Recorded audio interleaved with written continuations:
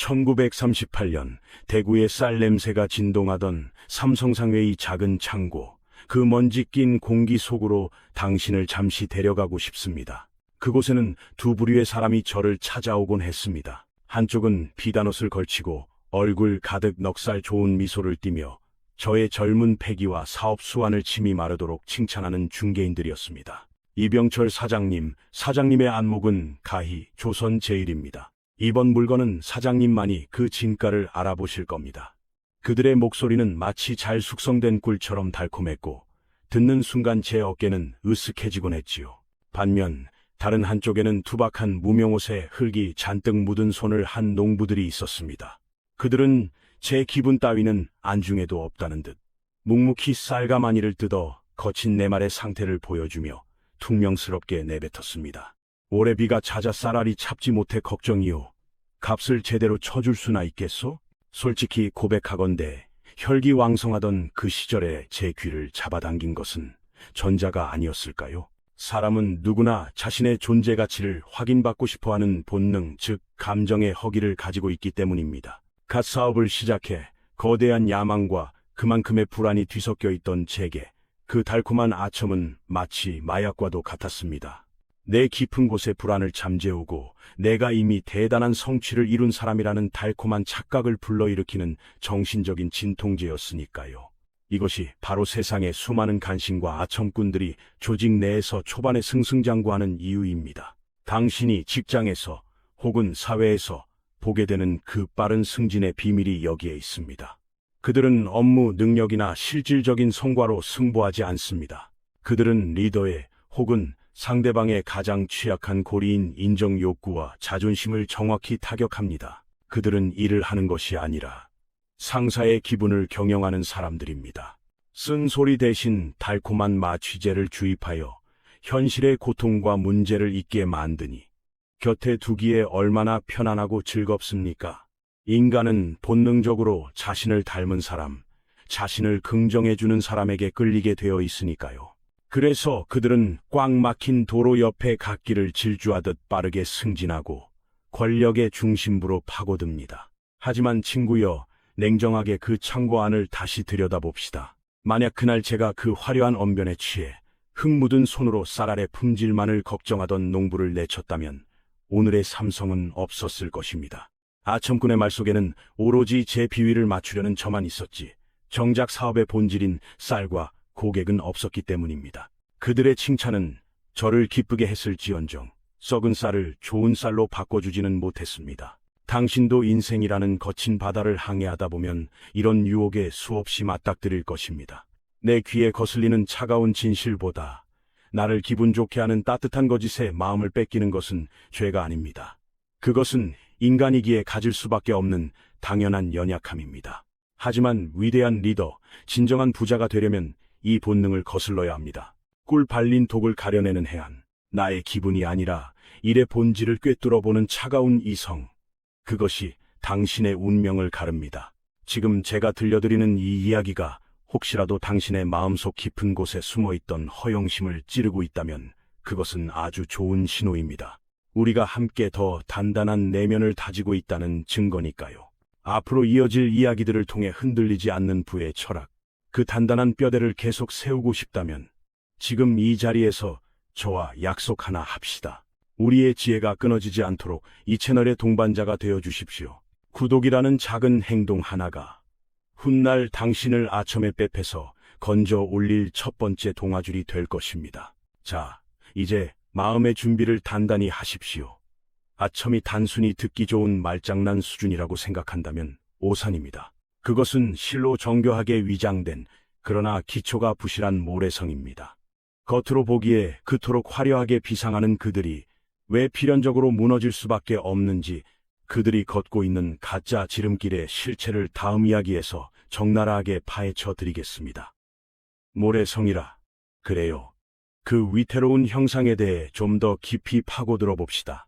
1950년대 초 전쟁의 포화가 한반도를 뒤덮었을 때 저는 피란 수도 부산에 머물고 있었습니다. 그곳은 생존을 위한 절박함과 혼란이 뒤엉킨 아수라장이었지만 동시에 권력의 재편이 이루어지는 기회의 땅이기도 했지요.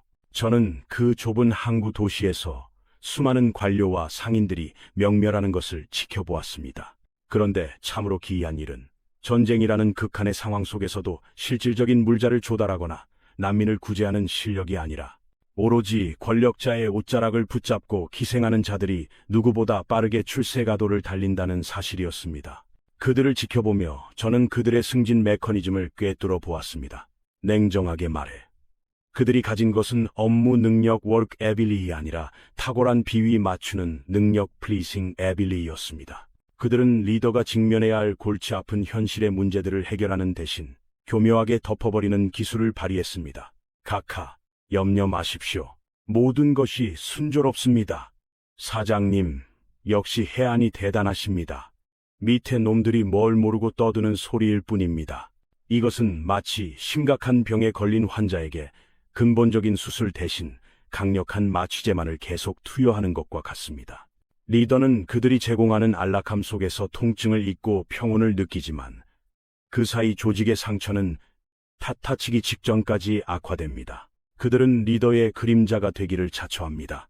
그림자는 실체가 없습니다. 오로지 주인이 움직이는 대로, 주인이 보고 싶어하는 형상대로만 존재할 뿐입니다. 리더의 눈과 귀를 가리고 오직 자신을 통해서만 세상을 보게 만드는 것, 이것이 그들이 권력을 쥐는 방식이었습니다. 친구여, 지금 당신의 직장이나 사회생활 속에서도 이런 이들을 마주할 때가 있을 겁니다. 묵묵히 밤을 새워 일하는 당신보다 상사의 농담에 크게 웃어주고 비위를 맞추는 동료가 더 빨리 승진하는 모습을 보며 억울함에 잠 못 이룬 적도 있겠지요. 세상이 불공평하다며 나도 저들처럼 혀를 굴려야 하나 고민했을지도 모릅니다.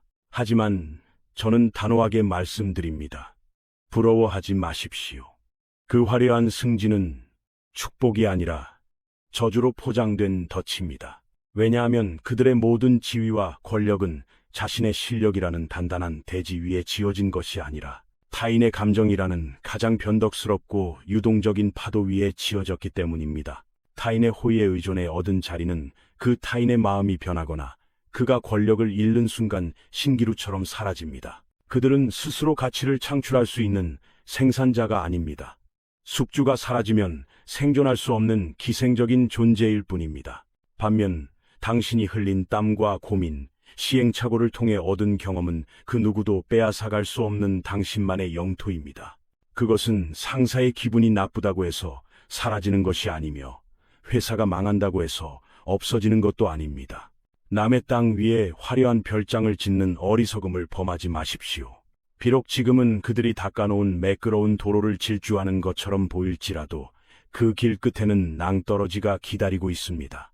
반대로 당신이 걷고 있는 이 울퉁불퉁한 길은 느리지만 정상으로 향하는 가장 확실한 등산로입니다. 그렇다면 이제 시선을 돌려봅시다. 아첨꾼 개인의 몰락보다 더 무서운 것은 그런 자들이 장악한 조직이 겪게 될 필연적인 비극입니다. 리더가 달콤한 말에 취해 눈과 귀가 멀었을 때 과연 그 배는 어디로 흘러가게 될까요? 제가 뼈저리게 겪었던 고독과 위기의 순간들을 통해 그 참혹한 대가에 대해 이야기해 드리겠습니다.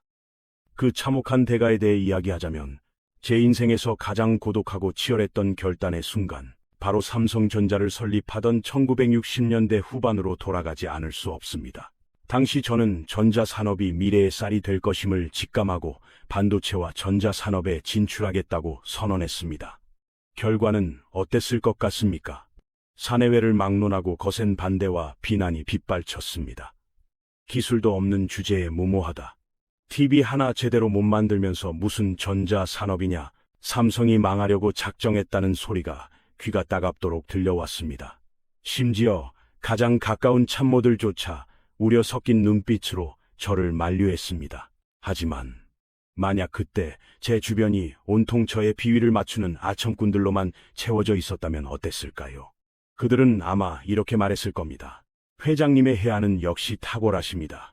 무조건 성공할 것입니다. 저희가 밤을 새워서라도 해내겠습니다. 듣기에는 얼마나 달콤합니까? 제 불안을 씻어주고 저를 천재로 만들어주는 그 말들 말입니다. 그러나 단언컨대 제가 그 달콤한 예스의 합창에 취해 있었다면 오늘의 삼성전자는 결코 존재하지 못했을 것입니다. 오히려 준비 없는 진출로 그룹 전체가 공중분해되었겠지요. 여기서 우리가 반드시 깨달아야 할 무서운 진실이 있습니다. 조직이나 그룹 내에 아첨꾼이 득세하기 시작하면 가장 먼저 일어나는 현상은 진짜 인재들의 이탈입니다. 능력 있고 자존감 높은 인재들은 자신의 가치가 일의 성과와 논리적 타당성으로 평가받기를 원합니다. 그들은 문제가 보이면 직원 지연을 하고 개선을 위해 논쟁을 불사합니다. 그것이 조직을 위하는 길이라 믿기 때문입니다. 하지만 리더가 쓴소리를 하는 충신을 멀리하고 듣기 좋은 소리만 하는 간신을 곁에 두는 순간 진짜 인재들은 깊은 좌절감을 느낍니다. 이곳은 논리와 실력이 통하는 곳이 아니구나. 혀의 놀림이 땀방울보다 대우받는구나. 그들은 모욕감을 느끼고 조용히 짐을 쌉니다. 그렇게 인재들이 떠난 자리는 누가 채우겠습니까? 실력은 없지만 눈치 하나는 기가 막힌 또 다른 아첨꾼들, 그리고 영혼 없이 시키는 대로만 하는 무기력한 방관자들 뿐입니다. 이것은 마치 악화가 양화를 구축하듯 간신히 충신을 몰아내는 비극입니다. 이때부터 조직은 서서히 그러나 확실하게 죽어갑니다. 회의 시간은 침묵 아니면 맹목적인 동의로만 채워집니다. 지당하십니다. 라는 말이 넘쳐나는 회의실만큼 위험한 곳은 없습니다. 그곳에는 치열한 고민도, 새로운 혁신도, 뼈를 깎는 쇄신도 없습니다. 오로지 리더의 기분을 거스르지 않으려는 눈치, 게임만이 횡행할 뿐입니다. 겉으로는 평온해 보이고 일사불란해 보이지만 속은 이미 창조적 에너지가 고갈되어 썩어 들어가고 있는 것입니다. 아첨은 혁신을 죽이는 가장 강력한 독극물입니다. 친구여, 당신의 주변을 한번 돌아보십시오. 당신이 무슨 말을 하든 맞아. 네가 최고야. 너는 틀린 적이 없어. 라고 말해주는 사람들만 있다면 경계하십시오. 그것은 당신이 잘하고 있다는 증거가 아니라 당신이 지금 고립되고 있다는 신호일 수 있습니다.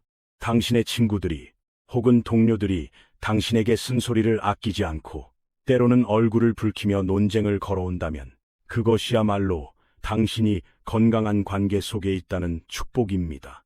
결국 아첨꾼을 곁에 둔 대가 그 첫 번째 쓴 결말을 맛보는 사람은 아첨꾼 자신이 아닙니다. 바로 그들을 믿고 쓴 리더, 바로 나 자신입니다. 눈과 귀가 멀어버린 리더는 벼랑 끝에 서 있어도 자신이 꽃길을 걷고 있다고 착각하게 됩니다. 그 고독한 착각의 끝에는 파멸만이 기다리고 있을 뿐입니다. 하지만 진짜 비극은 평온할 때가 아니라 거친 폭풍우가 몰아칠 때 드러나는 법입니다. 제가 인생에서 겪었던 가장 뼈아픈 시련, 소위 사카린 밀수 사건이라 불리는 한국비료 사건이 터졌을 때 저는 그 잔인한 인간의 본성을 똑똑히 목격했습니다. 배가 침몰하려 할 때 가장 먼저 쥐새끼들이 도망친다는 말이 결코 헛된 말이 아님을 다음 이야기에서 제 피눈물 나는 경험으로 증명해 보이겠습니다. 1966년 한국비료 사카린 밀수 사건. 세상이 저를 향해 돌을 던지고 언론이 연일 대서특필하며 저를 사회악으로 몰아가던 그 차가운 시절, 저는 인생에서 가장 뼈아픈, 그러나 가장 값진 수업을 치렀습니다. 모든 것이 평온할 때, 배가 순풍을 타고 항해할 때는 누가 진정한 선원인지, 누가 그저 배에 무임승차하여 볕을 쬐고 있는 쥐새끼인지 구별할 수 없습니다. 하지만 폭풍우가 몰아치고 배가 기우뚱거리는 순간 그 정체는 적나라하게 드러납니다. 당시 제 주변을 겹겹이 에워싸고 있던 그 수많은 사람들, 내 말 한마디에 껌벅 죽는 시넷을 하고 충성을 맹세하며 눈물까지 흘리던 그 측근들 중 상당수가 어떻게 변했는지 아십니까? 그들은 가장 먼저 도망쳤습니다. 단순히 도망친 것에서 그치지 않았습니다. 개 중에는 자신의 안위를 보존하기 위해 혹은 새로운 권력줄을 잡기 위해 저를 향해 가장 날카로운 비수를 꽂는 내부 고발자로 돌변하기도 했습니다. 나는 시키는 대로 했을 뿐이다. 이병철 회장이 독단적으로 처리한 일이다. 라며 책임을 전가하고 어제까지 죽은이라 부르던 사람을 팔아넘겨 자신의 탈출구를 마련하려 했습니다. 이것이 바로 아첨꾼의 본질이자 그들이 맞이하게 되는 필연적인 비루한 말로의 시작입니다. 그들에게는 애초에 충성심이라는 단어가 존재하지 않습니다. 그들이 충성한 대상은 이병철이라는 사람이 아니라 제가 가진 돈과 권력이라는 배경이었기 때문입니다. 배경이 흔들리니 그들의 충성도 신기루처럼 사라지는 것은 당연한 이치입니다. 그들은 의리를 지키는 것이 아니라 이익을 쫓는 철저한 계산기였던 것입니다. 하지만 친구여, 여기서 정말 주목해야 할 쓴 결말은 제가 배신당했다는 사실이 아닙니다. 진짜 비극은 그 도망친 자들이 마주하게 된 세상 밖의 현실입니다. 평생을 남의 비위를 맞추고 줄을 서고 입안의 혀처럼 구는 데에만 에너지를 쏟았던 그들에게는 결정적인 결함이 있었습니다. 바로 홀로 설 수 있는 야생의 실력이 없다는 것입니다. 그들은 위기 상황에서 문제를 해결할 능력도, 새로운 가치를 창출할 기술도, 고난을 돌파할 뚝심도 기르지 못했습니다. 거목쥐목에 기생하는 덩굴식물은 나무가 쓰러지면 바닥을 기어다니며 짓밟힐 수밖에 없는 운명입니다. 삼성을 떠나 그들이 세상 밖으로 나갔을 때 과연 누가 그들을 환영했을까요? 다른 오너들이, 다른 기업들이 그들을 중용했을까요? 천만의 말씀입니다. 한번 주인을 문 개는 다른 주인도 물 수 있다는 것을 세상의 모든 리더는 본능적으로 알고 있습니다. 게다가 아첨 외에는 뚜렷한 기술 직무 역량이 없는 그들을 받아줄 곳은 어디에도 없었습니다. 결국 그들은 과거의 영광을 팔아 푼돈을 벌거나 여기저기 기웃거리며 씁쓸한 노년을 보내는 신세로 전락했습니다. 빠른 승진과 달콤한 권력을 누렸던 대가치고는 너무나 혹독한 날개 없는 추락이었습니다. 반면 묵묵히 현장을 지키며 저에게 쓴소리를 마다하지 않았던, 기술과 실무에 미쳐있던 그 재미없는 사람들은 달랐습니다. 회사가 위기에 처했을 때 그들은 도망가는 대신 공장을 지키고 품질을 점검하고 묵묵히 자신의 자리를 사수했습니다. 그들에게는 삼성이라는 간판이 사라져도 어디서든 밥을 벌어먹을 수 있는 탄탄한 실력이라는 무기가 있었기 때문입니다. 역설적이게도 도망칠 실력이 있는 자들은 남았고 도망치면 죽는 자들이 가장 먼저 도망을 쳤던 것입니다. 당신에게 묻고 싶습니다. 당신은 지금 누군가의 그림자에 숨어 안락함을 누리고 있습니까? 아니면 비바람을 맞으며 당신만의 뿌리를 내리고 있습니까? 타인의 호의에 기대어 올라간 높이는 내 키가 아닙니다. 그것은 언제든 무너질 수 있는 모래탑일 뿐입니다.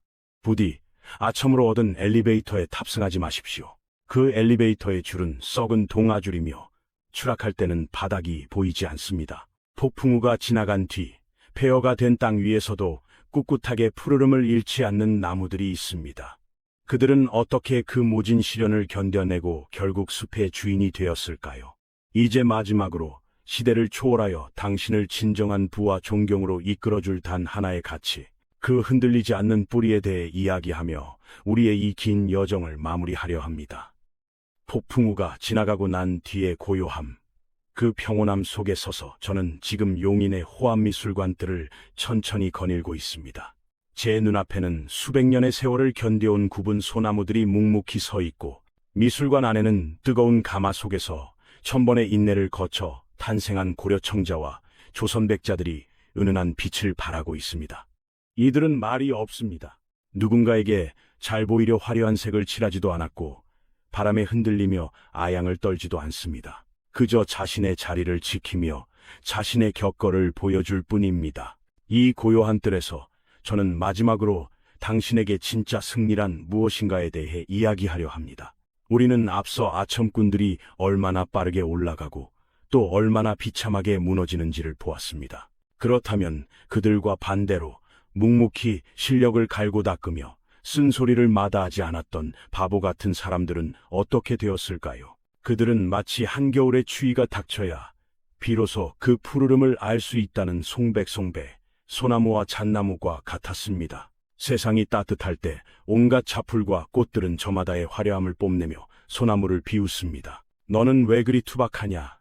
너는 왜 그리 자라나는 게 더디냐며 조롱합니다. 하지만 살을 애는 눈보라가 치고 겨울이 오면 그 화려했던 꽃과 풀들은 흔적도 없이 사라집니다. 오직 깊게 뿌리 내린 소나무만이 홀로 푸르름을 간직한 채 설원 위에 우뚝 서 있습니다. 이것이 바로 제가 평생을 통해 깨달은 품격 핑걸의 힘입니다. 젊은 날 저 역시 지름길의 유혹에 흔들린 적이 있습니다. 남들처럼 적당히 타협하고 권력에 기대어 쉽게 돈을 벌고 싶은 마음이 왜 없었겠습니까? 정도 N던 멀고 험해 보였고 사두쉐더는 가깝고 편해 보였습니다. 하지만 저는 깨달았습니다. 빨리 핀 꽃은 빨리 지고 쉽게 얻은 짐은 쉽게 미끄러진다는 것을 말입니다. 당신이 걷고 있는 그 길, 남들에게 아부하지 않고 실력으로 승부하느라 흘리는 땀방울이 지금은 헛된 것처럼 보일 수 있습니다. 상사의 기분을 맞추느라 술자리를 지키는 동기보다 승진이 늦어질 때 불안하고 초라해 보일 수도 있습니다. 하지만 결코 의심하지 마십시오. 당신은 지금 더딘 것이 아니라 깊어지고 있는 중입니다. 300도의 뜨거운 불을 견뎌야만 영롱한 빛휘색을 띠는 청자처럼 당신은 지금 인생의 가마 속에서 단단해지고 있는 것입니다. 깨지지 않고 살아남은 그릇만이 박물관에 남아 천년을 갑니다. 진정한 부자는 돈이 많은 사람이 아닙니다. 돈이 사라져도, 지위가 사라져도 사람 그 자체로 존경받고 다시 일어설 수 있는 사람, 그것이 진짜 부자입니다. 그것은 오직 타협하지 않는 정직함과 뼈를 깎는 노력으로 쌓아 올린 실력에서만 나옵니다. 이것이 제가 말하는 당신의 곧 가치, 즉 품격입니다. 이제 긴 이야기를 마칠 시간입니다. 세상은 여전히 요란하고 간신들의 혀는 달콤하며 편법의 유혹은 곳곳에 도사리고 있습니다. 하지만 저는 믿습니다. 오늘 이 긴 이야기를 끝까지 경청해준 당신이라면 모래성 위에 집을 짓는 어리석음 대신 바위 위에 집을 짓는 지혜를